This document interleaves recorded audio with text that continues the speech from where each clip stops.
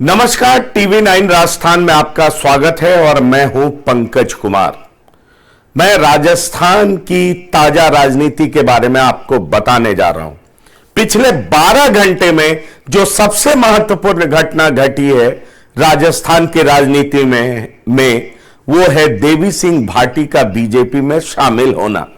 जी हां, देवी सिंह भाटी वो शख्स हैं जिन्होंने अर्जुन मेघवाल के खिलाफ मोर्चा खोल दिया था और 2019 में उनको टिकट दिए जाने के बाद पार्टी के विरोध में उन्होंने बीजेपी से इस्तीफा दे दिया था।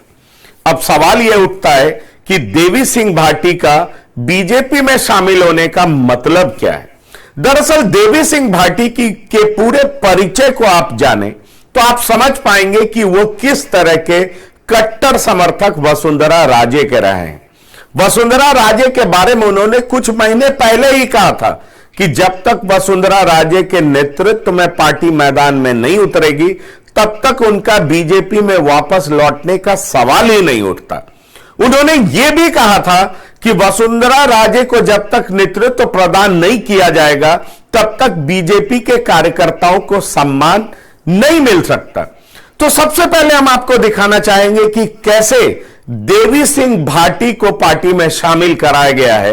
और शामिल कराते समय जी हां, राज्य के प्रभारी चुनाव प्रभारी प्रहलाद जोशी मौजूद थे, राज्य के प्रभारी अरुण सिंह मौजूद थे, साथ ही साथ प्रदेश के अध्यक्ष सीपी जोशी थे और आपको बता दूं राजेंद्र राठौर भी थे। तो चलिए मैं आपको दिखाना चाहता हूं। देखिए, यह अरुण सिंह राज्य के प्रभारी हैं, ये सीपी जोशी प्रदेश अध्यक्ष हैं और देखिए देवी सिंह भाटी को कैसे कमल का, जी हां, कमल का ये अंगूछा उड़ा करके सम्मानित किया जा रहा है, पार्टी में वापसी कराई जा रही है। ये प्रहलाद जोशी हैं। तो जाहिर तौर पर देवी सिंह भाटी अब बीजेपी का हिस्सा बन चुके हैं।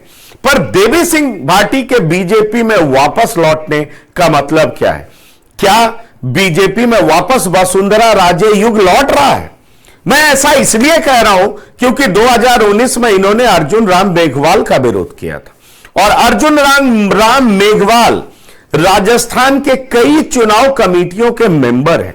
कहा यह जा रहा है कि अर्जुन राम मेघवाल से जो भी टकराएगा वो चूर चूर हो जाएगा, क्योंकि यह हिमाकत कुछ दिन पहले कैलाश मेघवाल ने भी की। उन्हें पार्टी से निष्कासित कर दिया गया।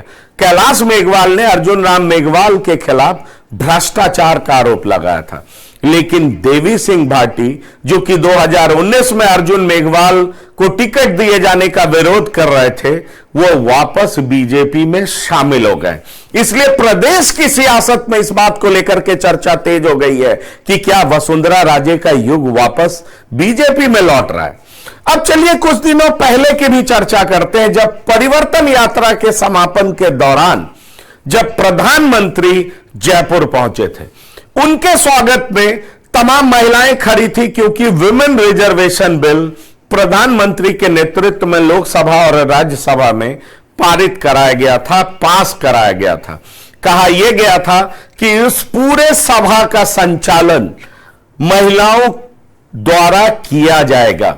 महिलाएं बहुत संख्या में उमड़ी थी और महिलाओं ने प्रधानमंत्री का जोरदार स्वागत किया था। स्टेज पर जिस तरह का माहौल था उसमें ऐसा दिखाई पड़ रहा था कि प्रधानमंत्री और वसुंधरा राजे के बीच अभी भी सब कुछ ठीक नहीं हुआ है, तल्खी बरकरार है। बॉडी लैंग्वेज देख करके लग रहा था कि आइस ब्रेक नहीं हुआ है, दोनों के बीच के रिश्तों का बर्फ नहीं पिघला है। लेकिन 2 दिन बाद ही स्पेशल विमान से अमित शाह, जो कि बीजेपी के चाणक्य कहे जाते हैं और वर्तमान सरकार में गृह मंत्री हैं, और साथ ही साथ बीजेपी के राष्ट्रीय अध्यक्ष जेपी नड्डा पहुंचते हैं। दोनों वहां पहुंचते हैं और उसके बाद अलग से 15 मिनट वसुंधरा राजे से मुलाकात होती है और फिर जब सब नेताओं के साथ मुलाकात होती है और वसुंधरा राजे जब मीटिंग के बाद निकलती हैं तो उनके चेहरे पर मुस्कान थी। उनके चेहरे की मुस्कान कई किस्से खुद ब खुद बयां कर रही थी। जी हां, मीटिंग के अंदर वो थोड़ी शांत जरूर थी, गंभीर मुद्रा में जरूर दिखाई पड़ रही थी, लेकिन जैसे ही वो बाहर निकली उनके चेहरे की मुस्कान कुछ अलग कहानी कह रही थी। निकलते वक्त वो अपने घोर विरोधी गजेंद्र सिंह शेखावत से भी कुछ बातें करते देखी गई, लेकिन इस मीटिंग के 24 घंटे भी नहीं बीते।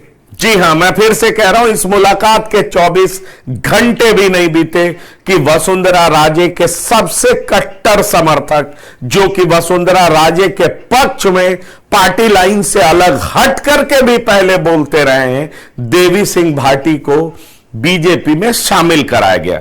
वैसे पिछले 1 महीने में बीजेपी में शामिल होने वाले लोगों की कतार लंबी है। इसमें रिटायर्ड ब्यूरोक्रेट्स हैं, इसमें रिटायर्ड जस्टिस हैं, कई डॉक्टर्स हैं, अच्छे अच्छे प्रोफेशनल्स हैं। ऐसा लग रहा है कि बीजेपी के पक्ष में माहौल बनाने की कोशिश बीजेपी के शीर्ष नेता कर रहे हैं। लेकिन अगर देवी सिंह भाटी के ज्वाइनिंग की बात की जाए तो जाहिर तौर पर यह कहा जाने लगा है कि वसुंधरा युग एक बार राजस्थान की राजनीति में, बीजेपी की राजनीति में वापस लौट रहा है, क्योंकि शायद बीजेपी को यह बात समझ में आ गई है कि कर्नाटक में येदुरप्पा को मनाने की कोशिश में जितना विलंब हुआ, बीजेपी को उसका खामियाजा कर्नाटक में भुगतना पड़ा है। ऐसे में बीजेपी किस तरीके से वसुंधरा राजे को मना पाई है, यह एक बड़ा सवाल है।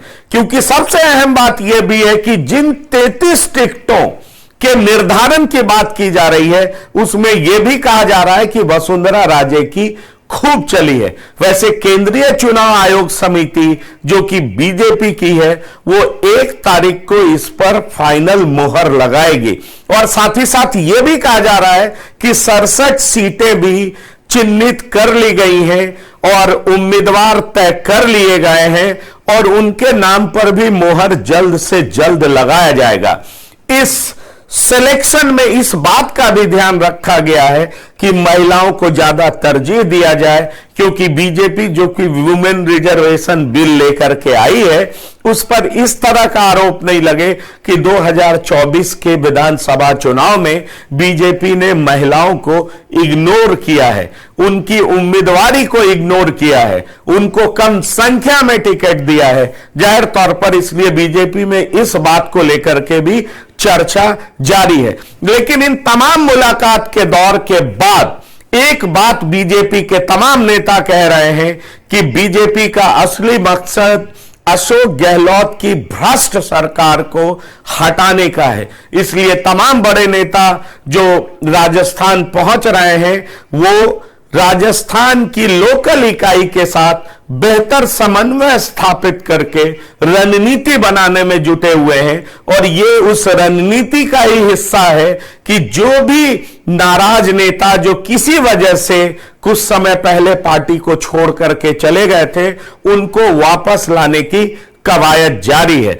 देवी सिंह भाटी भी यही बात कह रहे थे। अब थोड़ा परिचय मैं देवी सिंह भाटी का भी दे दूं। देवी सिंह भाटी लंबे समय तक कोलायत विधानसभा से चुनाव जीतते रहे हैं। 1980 से लेकर के 2008 तक वो विजयी रहे हैं। 2013 में उनकी हार हुई थी। उसके बाद 2018 में उन्होंने अपनी बहू को टिकट दिलाया था, लेकिन उनकी बहू भी कांग्रेस के प्रत्याशी से हार गई थी। देवी सिंह भाटी इतने नाराज हुए थे कि उन्होंने अपनी बहू की हार का ठेकरा अर्जुन मेघवाल पर फोड़ा था। यही वजह है कि 2019 में अर्जुन मेघवाल को जब टिकट लोकसभा का दिया गया तो देवी सिंह भाटी इतने नाराज हुए थे कि उन्होंने पार्टी से इस्तीफा दे दिया था। लेकिन पार्टी से इस्तीफा देने के बाद भी वो वसुंधरा राजे के समर्थक लगातार बने रहे। वसुंधरा राजे के समर्थन में उनके बयान वहां की मीडिया की सुर्खियां बनती रही। लेकिन जब वसुंधरा राजे से लगातार केंद्रीय नेतृत्व और केंद्रीय नेताओं की मुलाकात हुई, उसके बाद यह इंश्योर किया गया कि देवी सिंह भाटी बीजेपी में लौट आए हैं। ऐसे में यह बड़ा सवाल उठ रहा है कि क्या यह मान लिया जाए कि बीजेपी में वापस वसुंधरा युग लौट रहा है। तो टीवी 9 राजस्थान के इस स्पेशल एपिसोड में इतना ही। हम ताजा तरीन खबरों के साथ आपके साथ लगातार जुड़े रहेंगे। आप हमें सब्सक्राइब करिए, देखते रहिए और लेटेस्ट अपडेट के लिए देखते रहिए टीवी 9 राजस्थान। धन्यवाद, नमस्कार।